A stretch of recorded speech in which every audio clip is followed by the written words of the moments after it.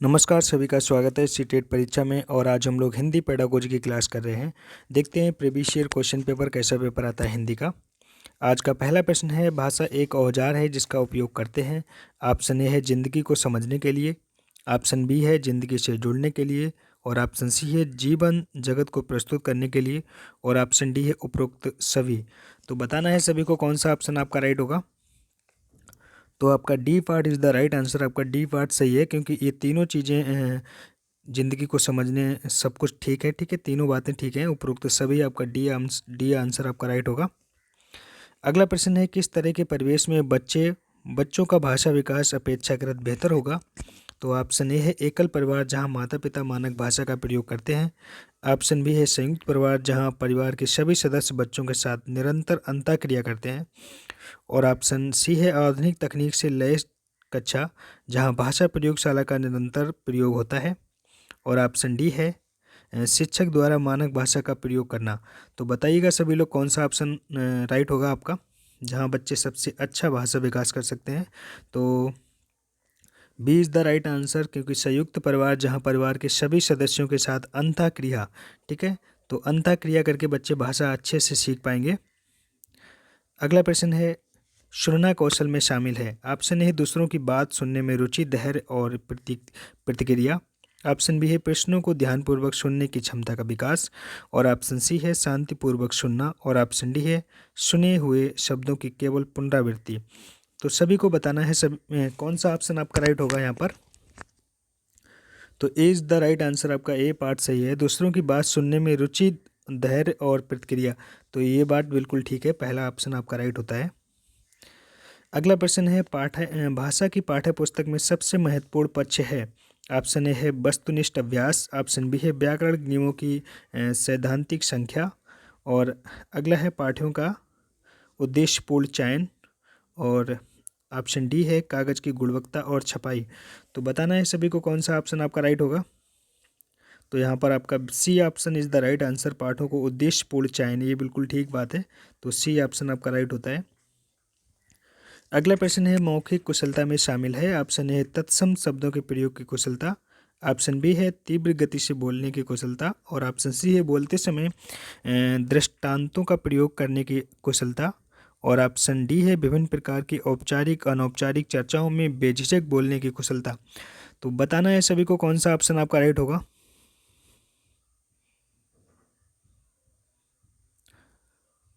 तो यहाँ पर आपका डी ऑप्शन राइट होता है। D is the right answer आपका।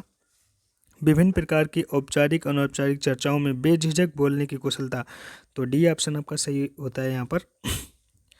अगला प्रश्न है, भाषा अर्जन और भाषा अधिगम में मुख्य अंतर है। ऑप्शन है पाठ्य पुस्तक के अभ्यासों का अभ्यास करने का। और ऑप्शन बी है स्वाभाविकता का। ऑप्शन सी है भाषा के नियमों को स्मरण करने का। और ऑप्शन डी है भाषा लेखन के अभ्यास का। तो बताइएगा कौन सा ऑप्शन आपका राइट होगा यहाँ पर।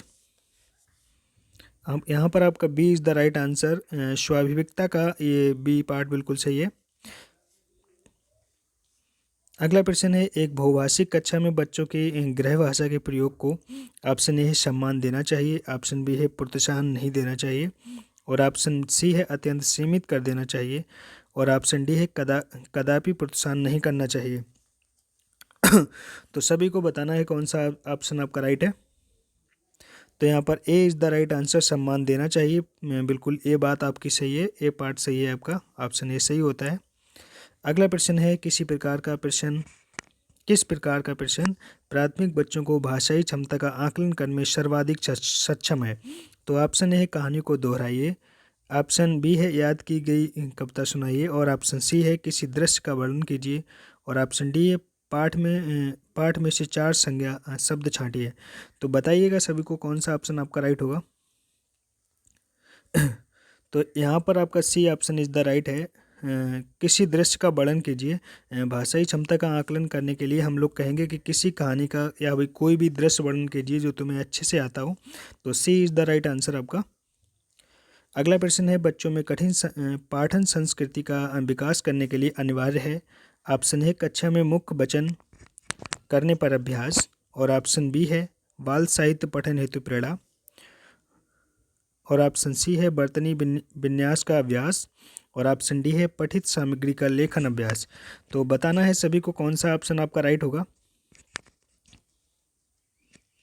तो यहाँ पर आपका B is the right answer, बाल साहित्य पठन हेतु प्रेरणा। तो आपका बी पार्ट सही होता है, बिल्कुल B is the right answer आपका।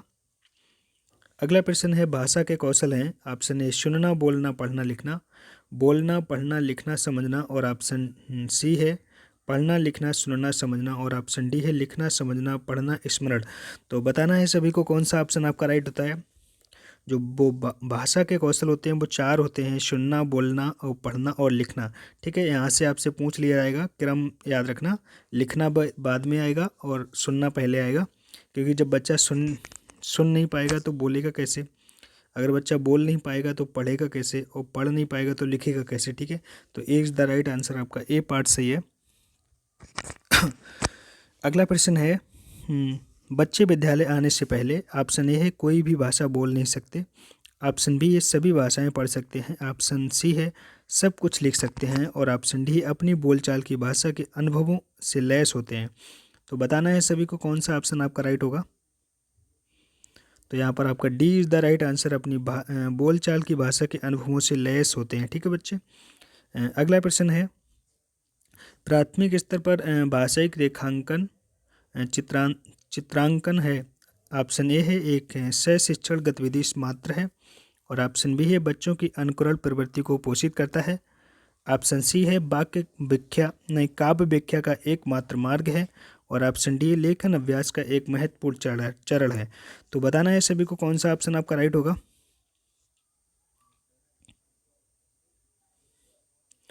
तो यहाँ पर आपका D is the right answer, लेखन अभ्यास का एक महत्वपूर्ण चरण है। ठीक है,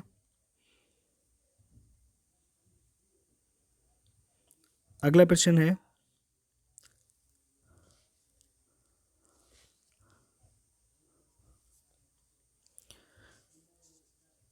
सुहास पढ़ते समय कठिनाइयों का अनुभव करता है, वह किससे ग्रस्त है। ऑप्शन ए है डिस्ग्राफिया, ऑप्शन है डिस्लेक्सिया, और ऑप्शन सी है डिस्कैलकुलिया, और ऑप्शन डी है डिस्थीमिया। तो बताना है सभी को कौन सा ऑप्शन राइट है। तो पढ़ने से संबंधित कठिनाई कर रहा है तो इसका मतलब होगा डिस्लेक्सिया। तो B is the right answer आपका डिस्लेक्सिया।